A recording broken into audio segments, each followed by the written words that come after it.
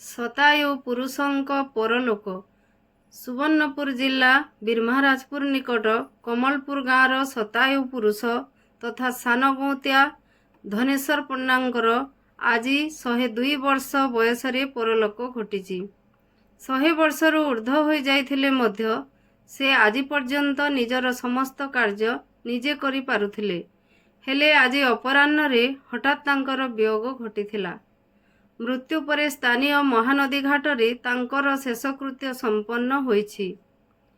ବଡ଼ ପୁଅ ଲଳିତ ମୋହନ ପଣ୍ଡା ମୁଖାଗ୍ନି ଦେଇଥିବା ବେଳେ ତାଙ୍କର ମୃତ୍ୟୁଶଯ୍ୟା ନିକଟରେ ପୁଅ ନରୋତ୍ତମ, ଗୌତମ, ଗିରୀଶ, ସୁରେଶ ଆଉ ଏକମାତ୍ର ଝିଅ ସ୍ନେହଲତା, ପୁତୁରା ବିଷ୍ଣୁଚରଣ, ମହେଶ, ରମେଶ, ପ୍ରଦୀପ, ପୁପୁନଙ୍କ ସମେତ ଜ୍ୱଇଁ ଏବଂ ନାତିମାନେ ଉପସ୍ଥିତ ଥିଲେ।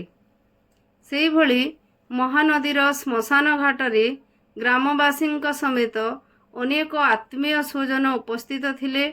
ଗାଁ ଗୌଁତିଆ ତଥା ସ୍ୱର୍ଗତ ହରିହର ପଣ୍ଡାଙ୍କ ସେ ଥିଲେ ବଡ଼ ଭାଇ।